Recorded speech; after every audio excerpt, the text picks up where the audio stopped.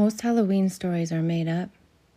Ghosts, monsters, haunted houses. But in Canada, you don't need fiction.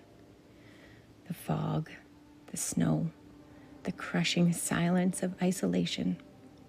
It's enough to drive anyone mad. These are real events from Canadian history, documented, witnessed, and chilling to the core. This is Queen of Horror, and these are true stories that should never be forgotten.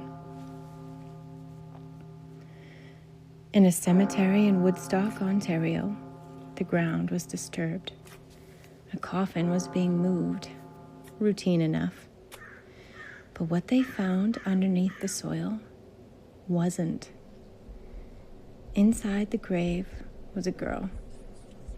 Her name was Collins. She had been buried just days earlier, but when they opened the lid, they saw the truth. Her shroud was shredded, her knees drawn up to her chin, one arm twisted beneath her skull. There were scratch marks on the wood, desperate ones.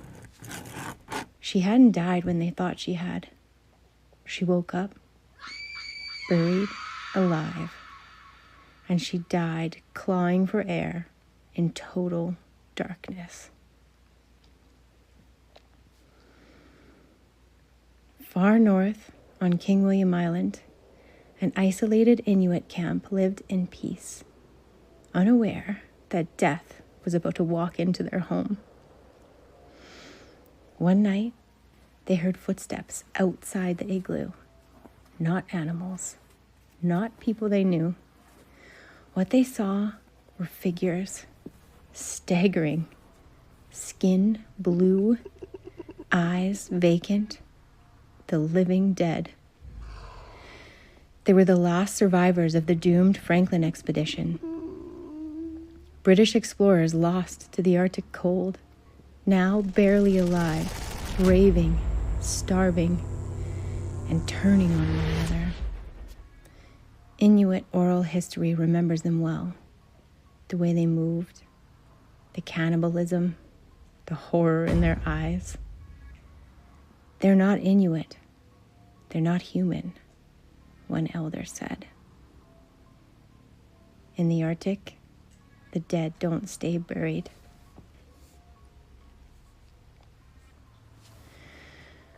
Will Bird was just a farm boy from Saskatchewan until the ghost of his brother came to visit.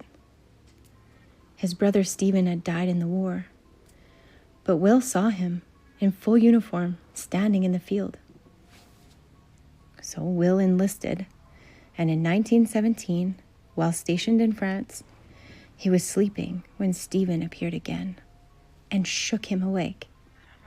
"Get your gear," the ghost said, and led him down a trench. The next morning, the place where Will had been sleeping was gone, obliterated by a shell. If he had stayed, he'd be dead. Will Bird believed his brother saved him, and he wasn't the only one. Canadian soldiers returned home with stories of pale hands rising from the mud, of ghosts in the smoke, of dead comrades guiding them through hell. Some ghosts haunt places. In Canada, they haunt history. Subscribe to Queen of Horror for more real nightmares.